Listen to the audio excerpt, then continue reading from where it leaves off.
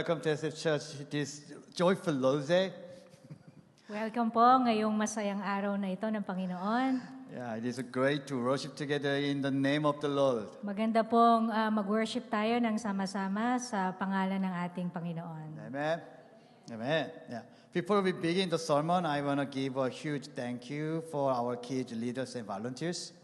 Bago po tayo mag-umpisa ng ating sermon ngayong hapon na ito, gusto po muna nating pasalamatan yung mga leaders ng kids ministry, pati na rin po yung mga tumulong na volunteers po. Yeah, from last Friday to Saturday, we worked so hard to build up the next generation's leaders. Mula po ng Friday hanggang Sabado, talagang naghirap ng todo-todo yung mga volunteers natin para itayo po natin yung mga next generation natin dito sa church natin. Yeah, thank you for serving our leaders in the future with the heart of Jesus Christ. Maraming salamat sa pag-serve ninyo sa ating mga leaders, yung mga bata, yung mga sumayaw kanina. Ito yung mga future leaders natin na meron tayong puso ng Panginoong Jesus. Amen. Amen. The seeds, the dedication you planted will surely bear amazing fruit. Siguradong magbubunga ng napakagandang bunga yung tinanim ng mga volunteers na dedication, yung seeds natin, yung tinanim nating buto sa buhay ng mga batang ito. Amen. Today we are starting a new sermon series for August.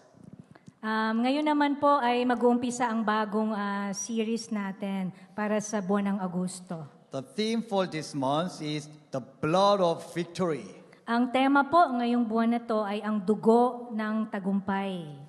Yeah, today is our first week and I will preach about the reality of spiritual warfare. Ngayong araw pong ito ay ang unang linggo, kaya nga po ay ang ituturo natin, ipipreach natin ngayon ay ang realidad o yung katotohanan ng espiritual na digmaan. Yeah, I declare in the name of Jesus that for this entire month of August, you will experience complete victory in your spiritual battles. Idinideclare ako sa pangalan ni Jesus na sa buong buwan ng Agosto na ma-experience ninyo, maranasan ang kompletong victory, tagumpay sa inyong mga espiritual na labanan. Amen. Amen. Yeah, we live in a world we can see. Tayo po ay nakatira sa isang mundo na nakikita natin. Yeah, we can see the skies, and farms and buildings and the people next to us. Nakikita natin yung langit, yung mga building, nakikita rin natin yung mga tao sa paligid natin. However, an invisible world also exists. Kaya lamang po, meron pong mundo na hindi natin nakikita ang narariyan. Yeah, this is the spiritual world. Ang tawag po dito ay ang espiritual na mundo. Yeah, there was an order when God created this world. Meron pong order o pagkakasunod-sunod nung nilikha ng Diyos ang mundong ito. Yeah, before God created the visible earth and universe, He first created the invisible spiritual world.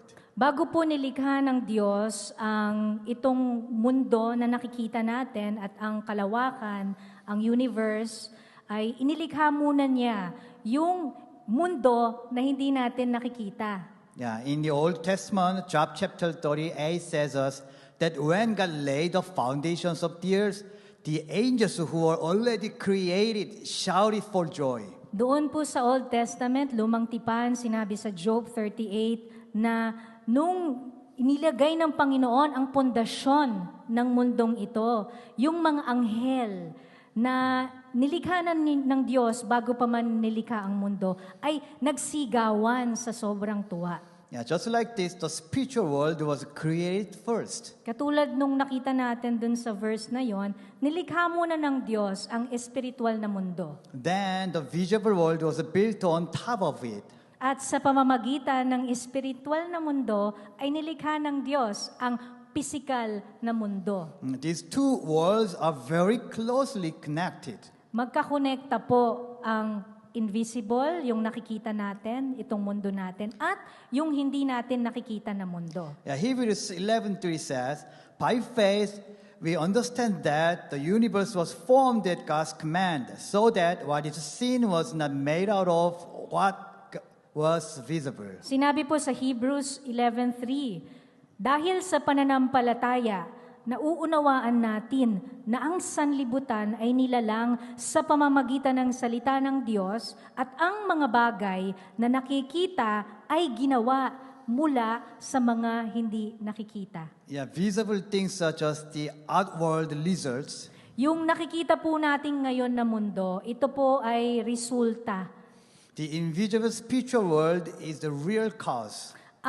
Yung mundo na hindi natin nakikita, ito po yung pinagmulan. This principle of creation applies perfectly to us as humans. Ang prinsipyo pong ito ng pagkakalikha ng Diyos ay applicable din sa ating mga tao. Yeah, people are made of spirit and soul and body. Ang tao po ay ginawa, tayo ay mayroong espiritu, meron tayong kaluluwa, at mayroon din tayong katawan. Yeah, these three are not separated. Hindi po magkakahiwalay ang tatlong ito. They are deeply connected. Malalim po ang pagkakakonekta nila. The spirit affects the soul and the soul affects the body. Ang espiritu po ng tao ay naaapektuhan ang kanyang kaluluwa at ang kaluluwa naman niya ay umaapekto naman sa kanyang katawan. Yeah, let me give you a very easy example. Ito po ang madaling halimbawa. Yeah, imagine someone hurts you deeply. Kunyari, merong nakasakit sa'yo ng matindi. Yeah, blah, blah. Yeah.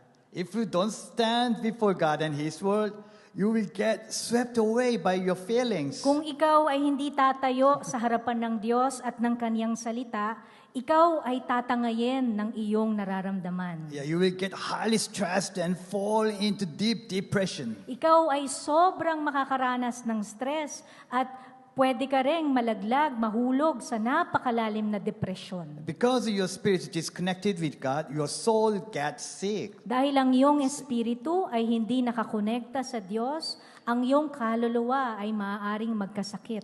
Yeah, then, what happens to your body? At ano ngayon ang mangyayari sa iyong katawan? You get indigestion, headaches, and you can't sleep at night. Ikaw ngayon ay hindi matutunawan. Ikaw ay magkakaroon ng sakit ng ulo, sakit sa ulo, at hindi ka rin makakatulog sa gabi. Yeah, your invisible spirit and mind immediately affect your visible body. Yung hindi mo nakikitang espiritu mo at ang iyong kaluluwa, ang iyong isip, ay madaling maapektuhan ang iyong katawan. The opposite is also true. Yung kabaligtaran nito ay totoo rin. Imagine you are worshiping God with all your heart. Imaginein mo na wino-worship mo ang Panginoon, talagang tunay kang sumasamba na sa Diyos, buong puso mo siyang sinasamba. Yeah, when you experience God's love through true worship and prayer, your soul is filled with grace. Kapag naranasan mo ang pagmamahal ng Diyos sa pamamagitan ng tunay na pagsamba at pananampalataya at pagdarasal, ang kaluluwa mo ay mapupuno ng biyaya ng Diyos. Then, amazingly, true peace and joy overflow in your heart, no matter your situation or feelings. At ang mangyayari nga, kamangha-mangha ito kasi yung tunay na kapayapaan at kaligayahan ay mag-o-overflow, mararanasan mo yan sa puso mo. Kahit na ano paman ang iyong sitwasyon o ano paman ang iyong nararamdaman. Yeah, your tired body even gets fresh energy. Yung katawan mo na nanghihina ay makakaranas ng bagong kalakasan. Yeah, your invisible spiritual condition creates very real result in your visible life. Ang iyong espiritual na kondisyon na hindi mo nakikita ay nagdudulot ng resulta sa iyong katawan na nakikita mo. Yeah, how does God, who is spirit, walk on this earth? Paano nga ba ang Diyos na siya ay isang espiritu ay kumikilos sa mundong ito? Yeah, God looks for people who are spiritually prepared. Ang Diyos ay naghahanap ng mga tao na mayroong preparasyon, sila ay handa spiritually. He pours out His heart and will into them. Binubuhos niya ang kanyang puso at ang kanyang kalooban sa mga taong ito. Yeah, when people deeply meet God, their lives and the world they speak change completely. Ang tao na tunay na na-encounter nila, naranasan nila ang Panginoon sa buhay nila. Ang buhay nila at ang kanilang pananalita ay binabago ng Diyos. Yeah, through those people, God saves the lost souls and restores our broken world. Sa pamamagitan ng mga taong handang tao na ito, spiritually ready na tao, ginagamit sila ng Diyos upang maraming tao ang maligtas, upang marami ang ma-restore, manumbalik sa kanila ang totoong katauhan nila sa Panginoon. But there's a scary truth we must realize. Pero mayroong isang nakakatakot na katotohanan na dapat nating maintindihan. Yeah, before God made the physical world, He first made spiritual beings like angels. Bago likhain ng Diyos ang pisikal na mundong ito, nilikha muna niya ang spiritual na mga nilalang katulad ng mga anghel. Yeah, among them was a beautiful and wise archangel made to praise God. Isa sa mga anghel na yon ay isang napakaganda at napakatalinong arkanghel at siya ay nilikha ng Diyos upang papurihan ang Diyos. Yeah, Ezekiel 28 says, this being was covered in precious stones the day he was created. Sinabi sa Ezekiel 28, sa araw na nilikha ng Diyos ang anghel na ito, ang kanyang katawan ay binalutan ng Diyos ng napakagaganda at mamahaling mga bato. Yeah, we usually call him Luciel before he fell. Bago nagkasala ang anghel na ito, ang kanyang pangalan ay Luciel.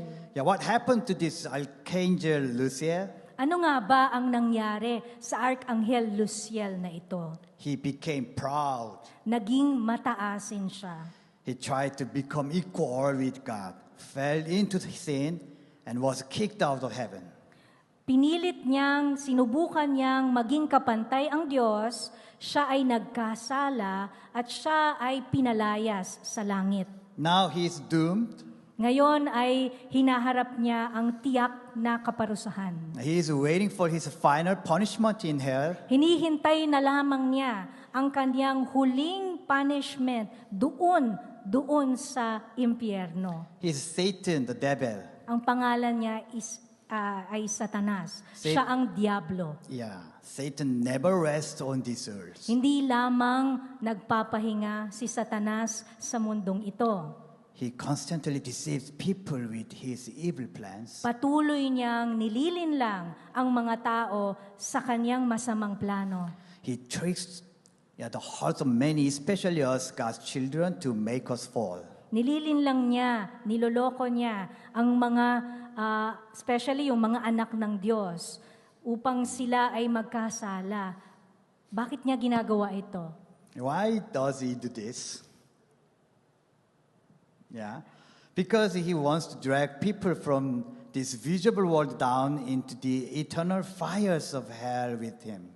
Dahil ang layunin ng Diablo ay marami siyang tao na makasama niya mula dito sa mundong ito papunta doon sa impyerno para meron siyang kasama doon. 1 Peter chapter 5 verses 8 to 9 says, be alert and sober mind. Your enemy, the devil, prowls around like a roaring lion, looking for someone to devour. Sabi po sa 1 Peter 5:8-9, maging handa kayo at magbantay. Ang Diablo, ang inyong kaaway, ay umaali-aligid na parang leong umuungal at naghahanap ng malalapa. SF Church, spiritual warfare is not just a story in the Bible. SF Church, ang digmaang espiritual ay hindi lamang nakikita sa bilang kwento sa Biblia.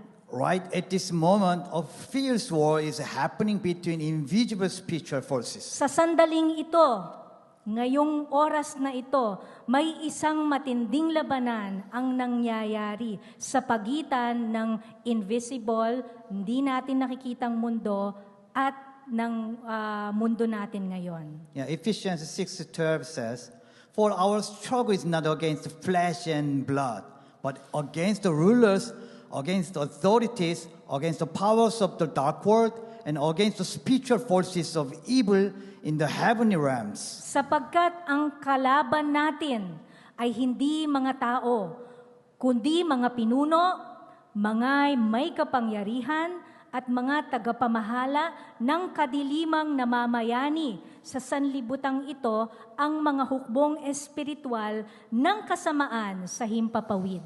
Yeah, Ephesians tells us our fight is not against flesh and blood. Sinabi po dito sa Epeso na ang laban natin ay hindi sa laman at dugo. Yeah, this means the visible people causing your current conflicts and stress are not your real enemies. Ang ibig sabihin po nito na ang kalaban ninyo, kalaban natin, ay hindi ang tao na nakadulot sa atin ng sakit, nagbibigay ng stress. Hindi po tao ang kalaban natin. Our true enemies are the invisible evil spirit walking behind them or situation. Ang totoong kalaban natin ay yung mga espiritu, masamang espiritu na hindi natin nakikita na kumikilos sa sitwasyon natin, maaaring kumikilos din sa mga tao sa paligid natin. Yeah, the famous Chinese military strategy book, The Art of War, says, Meron pong isang Chinese na strategy book, military strategy book. Ang tawag dito ay The Art of War. yeah, if you know the enemy and know yourself, you need not fear the result of the 100 battles. Sinabi po dito sa aklat na ito, kung kilala mo ang iyong kalaban at kung kilala mo rin ang iyong sarili, hindi ka na kailangang matakot pa sa magiging resulta ng daan-daan mang labanan. Yeah, to win this fierce spiritual war, you must accurately know who Satan is, and you must know your own identity in Christ. Upang manalo sa espiritual na labanan na ito, kailangan kilala mo kung sino si Satanas. At kailangan din kilala mo ang sarili mo, ang identity mo kay Kristo. Amen. Where is this fierce spiritual war happening? Saan ba nangyayari ang matinding espiritual na labanang ito?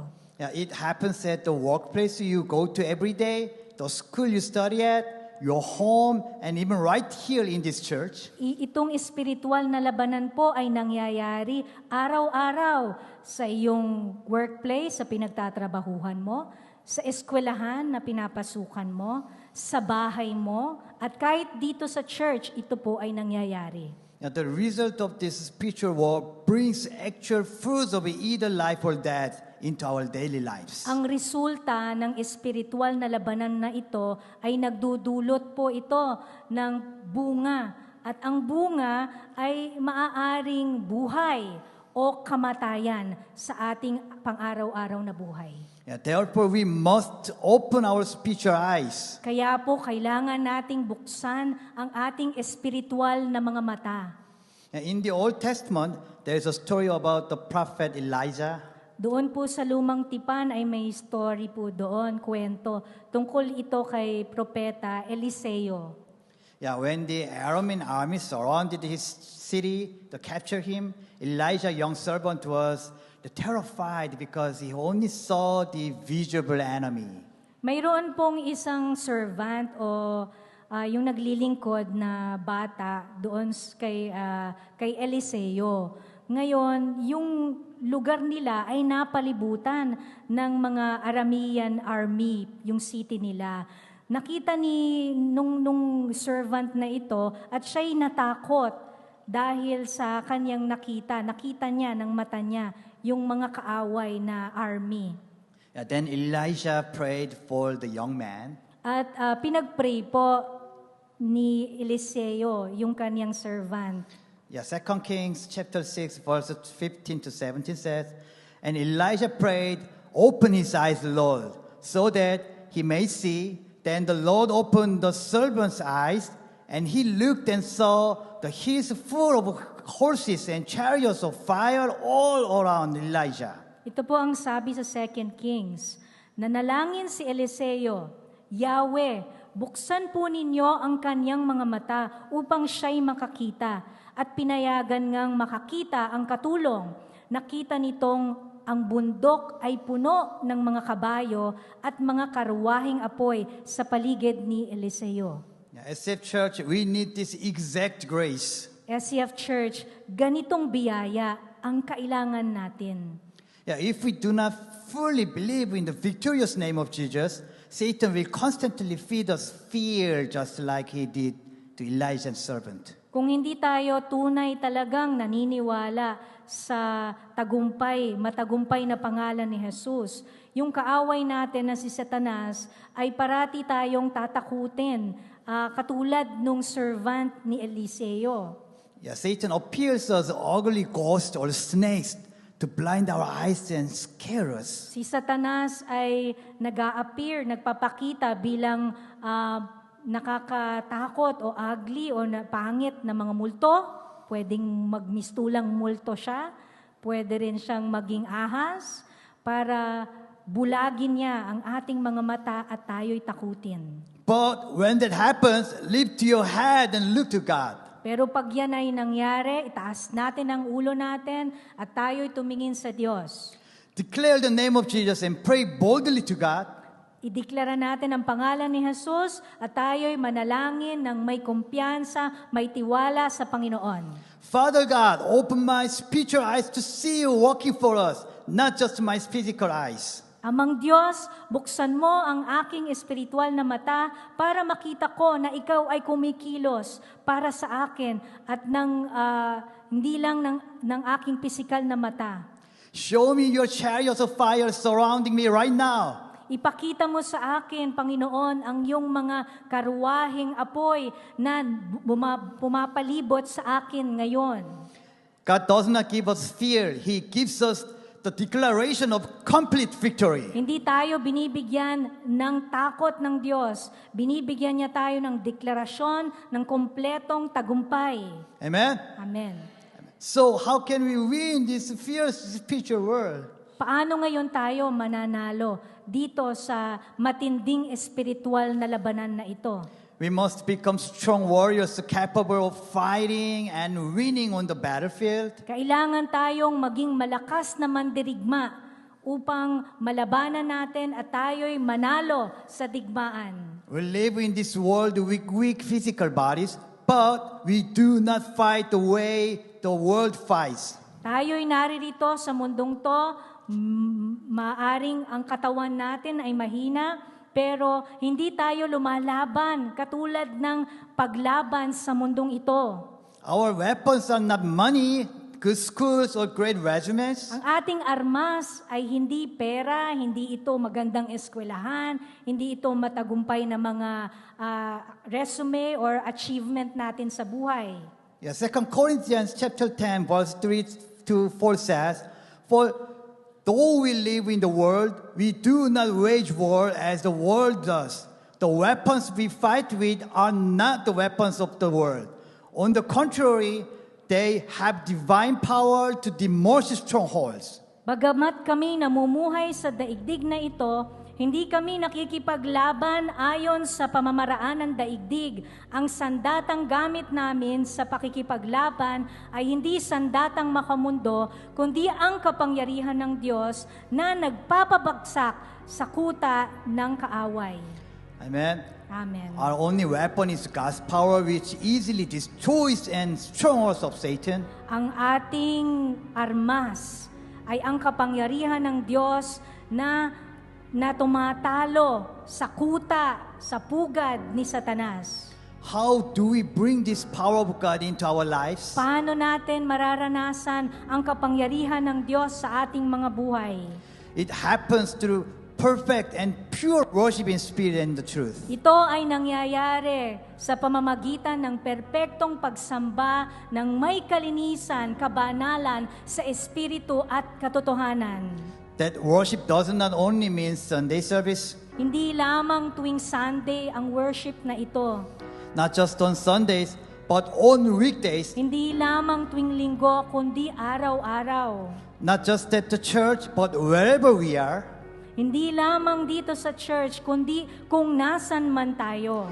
We must be worshipers. Kailangan tayong maging tunay na mananamba. However, we can offer this worship by our own efforts. Pero hindi natin kaya sa pamamagitan ng sariling pagsisikap na mag-alay ng ganitong klaseng pagsamba. We can only do it through the blood of Jesus who paid for our sins. Makakayanan lang natin ito sa pamamagitan ng dugo ni Jesus na nagbayad ng ating mga kasalanan. God is still and looking for those who worship in spirit and truth today.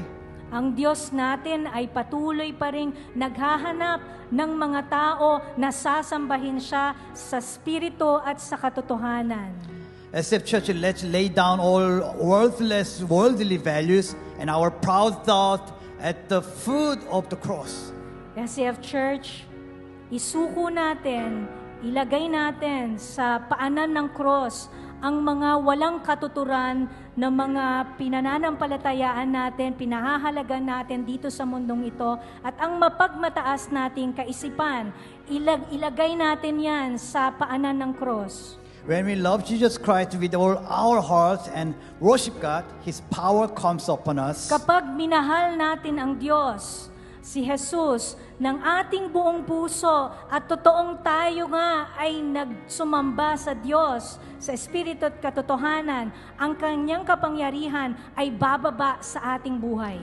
Ephesians chapter 6 verse 10 to 11 says, "Finally, be strong in the Lord and in His mighty power. Put on the full armor of God so that you can take your stand against the devil's schemes." Bilang pagwawakas, magpakatibay kayo sa kalakasang galing sa Panginoon at sa kanyang dakilang kapangyarihan. Isuot ninyo ang baluti na kaloob ng Diyos upang mapaglabanan ninyo ang mga pakana ng diablo. Amen. Amen. Take every our thought and plan you have and make it obey Jesus Christ. Kunin natin, lipunin natin yung ating mga kaisipan, yung mga sariling plano natin, ibigay natin ito na ang ating isip at ang puso natin, ang plano natin ay sumunod lamang kay Jesus. Make your everyday life a holy worship to God. Gawin natin na ang araw-araw na buhay natin ay maging banal, banal na pagsamba sa Diyos. That is what it means to put on the full armor of God. Yaan po ang ibig sabihin na pagsusuot ng kompletong armor o baluti ng Diyos. That is the most powerful spiritual weapon to crush the devil's schemes and win. Yan po ang pinakamakapangyarihang armas, espiritual na armas, para durugin ang mga plano ng kaaway at para manalo. Yeah, amen. Could you stand up, please? Tayo po'y tumayo.